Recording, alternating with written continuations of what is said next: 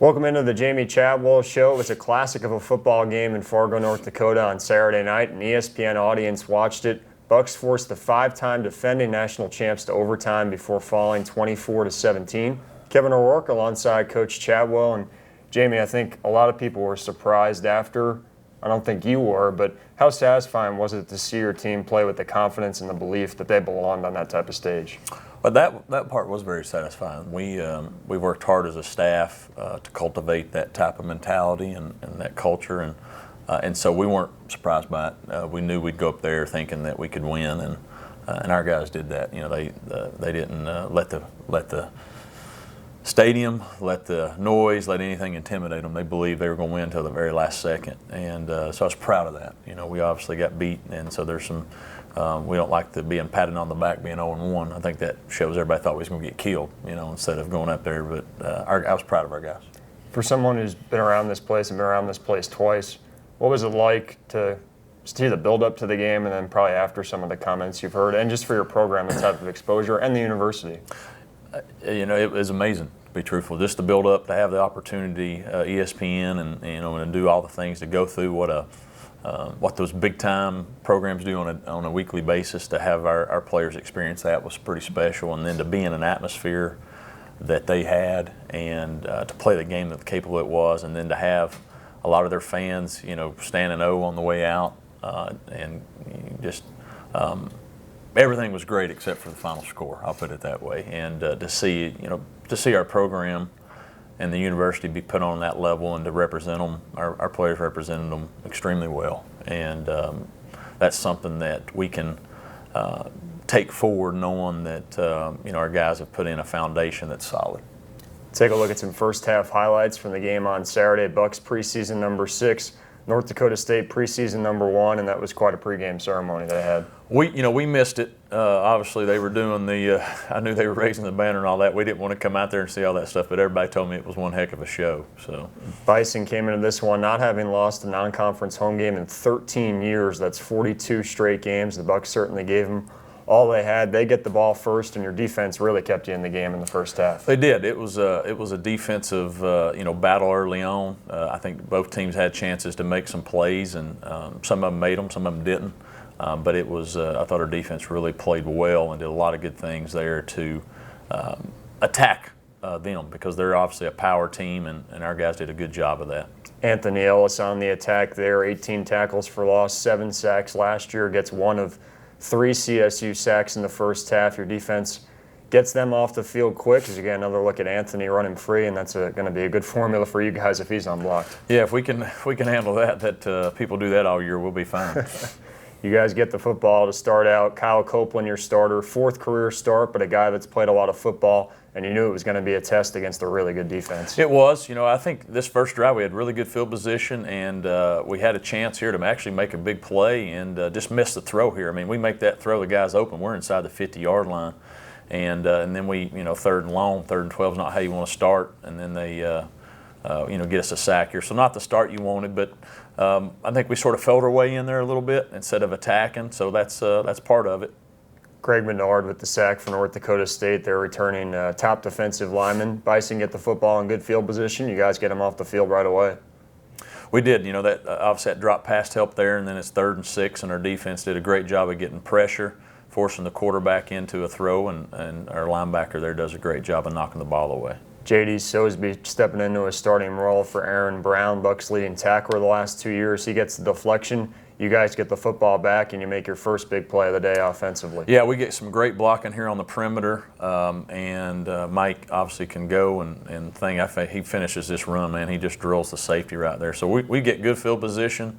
Off of that run, we get inside the 35, and then we go try to go to work and put ourselves in position to get some points on the board. Couple of catches for Colton Korn get the Bucs closer. First, the one there on first down. Then, no surprise, which will come up after this play, he makes the 3rd down catch, which we've seen a lot the last few years, and it was a really nice drive that led you in a good spot to get points on the board first. Yeah, I was disappointed here because you get inside the 25, you got a first down. We had we had a chance to make some plays here. We put ourselves in a manageable 3rd down. I think we're 3rd and 5, 3rd and 6, which is not too bad. And then we can't miss this. This is a 30-yarder or whatever it is. We can't miss that kick, especially not that wide. And so that was disappointing. You got a chance to go up 3-0 right there and quiet them down, and just unfortunate. Tyler Tekac wide right from 36. King Frazier with the carry there for North Dakota State. Easton Stick, their quarterback, taking over for Carson Wentz, the number 2 pick in the NFL draft. And really throughout this first half, your defense did an outstanding job. Did miss a chance maybe at 6 points right there. Yeah, I think this is a touchdown here. Solomon makes that play probably 9 out of 10 times. Just miss that one. When you're playing a team as them, you can't miss some of those plays and have a chance to win, especially when you're playing on the road. Now, that was a heck of a throw by that guy right there.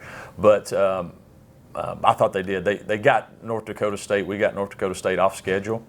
And when you get them off schedule on first down, it allows you to do some positive things. Darius Shepard gets free, takes it fairly deep into CSU territory here, but you come up with a big play. Troy McGowan's on the blitz, gets the sack, pushes him back into a longer field goal, and they shank it left. Yeah, they do. I think the snap was a little off. It looked like they bobbled it, and a huge stop for us because they had some momentum after we miss it, and you can see he pulls it left there, and we're tied at 0, which was a big for us. You see the new helmet too. That looked pretty sharp on national TV. I thought so. That was a good deal. It looked really nice. Bison with the football here early in the second quarter. Looks like they're going to maybe get a bit of a drive moving and make a first down here, but then your defense comes up with the play of the first half for you defensively. Yeah, we wanted to, you want to try to force turnovers against them, and they started throwing bubbles and different things outside, and our guys did a great job here of getting the football and recovering it and give the ball at the 30-yard line. We have a chance here to get points on the board and really make some big plays. Bucs you stay in that spot. Obviously, you wanted to get closer, but after missing that first field goal, ends up leading into Jacob Smoke, who wasn't even on the 2-deep. Yeah. What was the decision there? Missed chance there. We're inside the 10-yard line right there that we feel like we have a chance. And Smoke has a great leg. He's been inconsistent in practice, but we couldn't. Tyler's leg doesn't have the strength to make that right there. That's why Coach Chad was so excited about a field goal there that we made it, but he boomed it. 46-yarder for Jacob Smoke on his first career attempt as a Buck. North Dakota State's able to make a couple of plays down the field here late in the half. Nice breakup there by Shadarius Hopkins. Forces a long field goal for Cam Peterson, a 52-yarder off the crossbar. You talk about a game where there was just a few plays that if you make one of them or they don't make one of them, it's probably yours. Yeah, it's a different game, and it's a game of inches or game of feet. That one, was a foot shorter. They don't get the point. Ours is a foot closer at the end of the game, and so that's the way it works. But heck of a first half, obviously a lot of defense, and I think some wasted opportunities on offense, especially us there. We had the ball, had a chance to be inside the 10-yard line, and don't get it, make it happen. So those are things as you go into halftime you're frustrated about. It's a 3-3 game at halftime. We'll come back, take a look at some second half highlights on the Jamey Chadwell Show. They'll throw it out to Williams again, trying to get the football in his hands. DJ Curl forced a fumble. It's loose, and Charleston Southern looks to have it inside the 30-yard line. Piled up inside the 30, it's Bucs football. DJ Curl knocked it away from Williams, who was carrying it loosely, and the first turnover of the football game goes Charleston Southern's way. Welcome back on the Jamey Chadwell Show as we check out some second half highlights of the Bucs season opener at North Dakota State. It's a 3-3 game at the half. You held them to 138 yards offensively, but obviously not the production for you guys offensively that you wanted. You come out in the second half and you make some plays right away. We do, yeah. I thought our production, obviously we had no production really in the first half, and so you want to, try to get something going, and so we, redid a little bit of stuff on the game plan there and got some nice plays happening. 22-yard Mike Holloway run. Kyle Copeland on the keeper there takes it in the Bison territory, and then we saw Mike score a single-season CSU record 12 rushing touchdowns last year, and the first one of 2016 was pretty special. Yeah, this was a heck of a run. We got great blocking downfield, and this reminded me of his Citadel run there in the playoff game when we beat them, and so that was a heck of a run. 47-yard score. He ended up with 126 yards on the night, fourth career 100-yard effort, and the contingent from Charleston, your parents included, fired up. Yeah. I tell you what, there wasn't many of them up there, but they were the ones that were loud, and they did a great job. And this is, they come back and match our drive right away. That was one of the disappointing things is you take the lead 10-3, and defense played really well, but gave up this drive here right away. And so, they got whatever momentum we had, they took it right back. 6-play, 68-yard drive by North Dakota State to tie the game up. Kane Frazier and Easton Stick with long runs, and then Stick, a guy who went 8-0 last year as a starter, and you saw why with some of the throws he made, this one included. This was a heck of a throw. We're in solid coverage there, and he put that ball the one place that it needed to be. And he's not obviously what their quarterback was, but he's pretty good. So it was a challenge. Tie football game as the teams trade scores out of the third quarter. Kyle takes a loss there. You guys get yourselves in a third and long eventually here, and we're going to see Cam Brown, who's a redshirt freshman receiver that you guys are excited about, and we saw why on Saturday. Yeah, Cam made some really tough plays. Physical guys are on him. Had some pass interference called on him. Did a great job. This is the play that you want to have back right here. We got a guy running wide open inside the 35-yard line.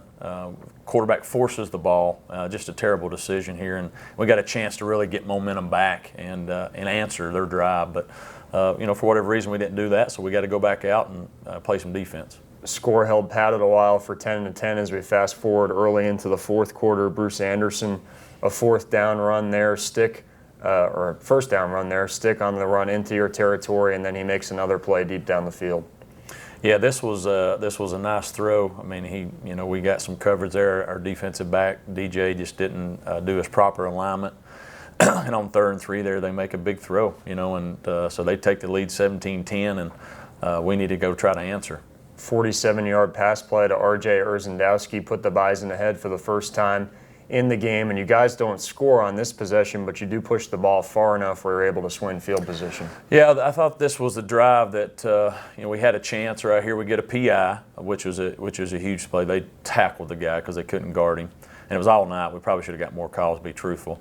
And so we're making some progress here. We're 2nd and 5, 1st and 15 because we had a false. So we get back to a makeable down. We don't do it, but Truitt does a great job here on the punt, backs them up. We get a great Ben Robinson does a great job right there. So they're inside the 3-yard line, 7 minutes left. So we're right in the ball game. 54-yard punt by Truitt Burns, probably one of the more underrated plays of that game, really. Huge. I thought it was a big. We needed that right at that time, and he made it. And so this gives us an opportunity. They're going to try to run the clock, get some first downs, and our defense did a great job here of putting them in. It's 3rd and 4, 3rd and 5, and this allows us to hopefully get them off the field. And our defense does a great job right here. They sprint out. Guy just drops the ball. Sometimes that happens, and he dropped it. Gives us a chance to get the ball back, and we go to work. You get a short field, and you get it going right away. Jared Scotland, who's a guy who's had a really good fall camp, he makes the first down catch, and your offense, after sputtering for most of the day, was able to deliver a drive in the clutch, and that had to be satisfying to see. It was. We put ourselves in a bad situation where we had some plays, we missed them. We get to a 4th down right here and got to make a play. Cam Brown and Kyle make a great connection there. We make the catch inside the 12, and then we go to work here, and huge play obviously right there, and then we answer in 2 plays, which was huge. Back shoulder throw to Cam Brown for 16 yards on a 4th and 10. Darius Hammond gets 7 here to set you up, and then Mike Holloway gets in the end zone to tie the game. And great blocking up front. Now you're in there, 3 minutes to go, 2:59 left. You tie this ball game. Well, we were hoping we were going to tie. We was watching the extra point. It goes in, and then you're right where you need to be. North Dakota State gets it back here late. Both sides had a couple of timeouts, and they're trying to mount the drive, obviously, to win the football game. Your defense, as good as it's been right there, Oliver with great pressure, hands in the face, guy just makes a great throw. Yeah, that guy, he's good. And so they're driving down. We get them in a 3rd down and long. They catch it there. We try to make a decision. They're going for it. They weren't going to kick a field goal. Huge play right here. Troy gets a great pick. He's running. He's cramping up a little bit. We wish he'd have stayed to the sideline a little bit more. But, unbelievable. Put ourselves in a position to 18 seconds left and maybe try to win the game, And we try to get some yardage, which we do. Kyle Copeland, after an incompletion on 1st down, able to get free here and get you closer. What yard line did you feel like you needed to get to give it a shot at the field goal? Well, I wanted to get to the 30, just to be a safe, but 51-yarder from Smoke. We got as close as we could, and it was looking good most of the way. It was. It looked really good, and it didn't go in. wasn't meant to be for the Bucs. And then right here we miss a tackle in the backfield. Our linebacker has a chance there. We get all hemmed up, and guy goes and scores on the first play. Obviously, not the way you wanted to start overtime, and we need to try to answer it. And we have a play action here coming, and we had a chance here. We throw it a little high. He's one-on-one right there. If we put it on him, we got a good chance. And just put ourselves where we didn't make some plays we needed to. Get a drop pass there where you got a chance to make it fourth and manageable. And this last play, our receiver just didn't see the ball and didn't make a play right there. 24-17, the final in overtime. First overtime game in the history of the Fargo Dome, and playing there for 23 years. And, you went up there expecting to win the game, and it was right there. What was it like afterward?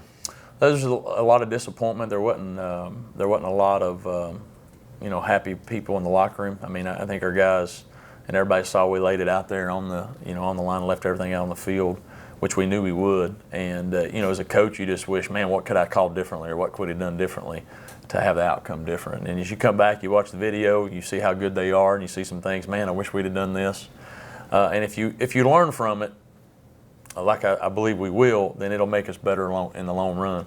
But if we think we're just good because we took the number one team to overtime, then it's going to be a long season for us. We've got to make sure that we don't make that game our crowning achievement for the year. And if we'll have that mindset and use that game as a stepping stone or as motivation for the rest of the season, then I like our chances to be a pretty good team.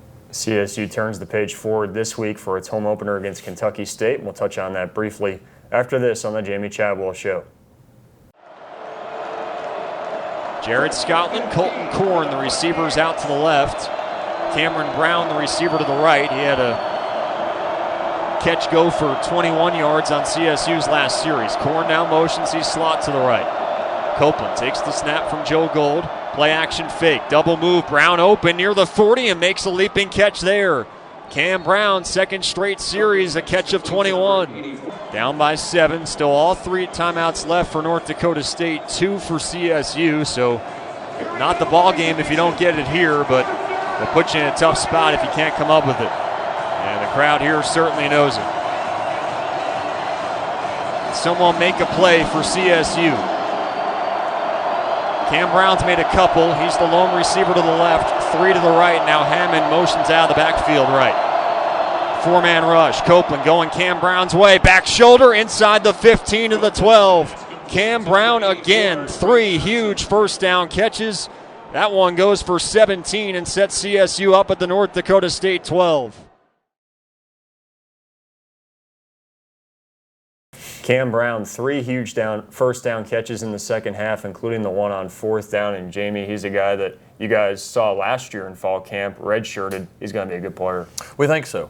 He's so strong and physical, got great hands, and really has a great knack of knowing how to use that frame that he has in the body. And he came out in the game there, and and they went one-on-one with him, and he won most of those matchups. And so we think he continues to improve and do the things he's capable of. He's got a chance to be really good for a long time. And he works hard.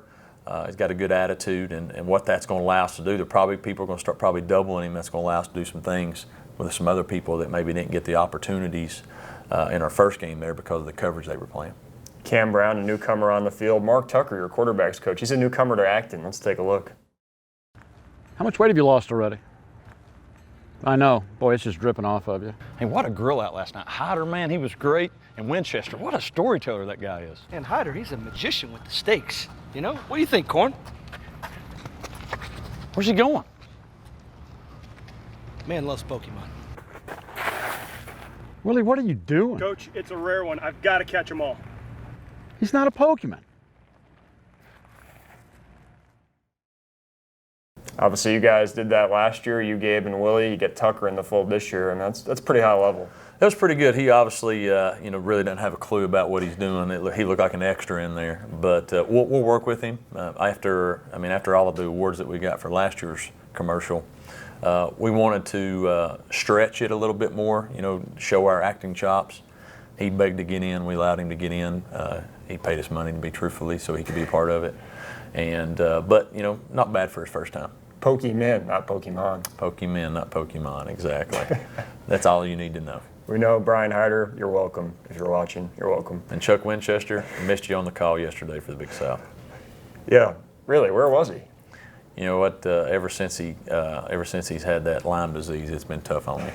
That is unfortunate. We wish him the best going forward. For the Bucs going forward, Saturday opener against Kentucky State, 11:45 kickoff. And I think probably the big challenge for you guys this week, just to get everyone's attention going forward.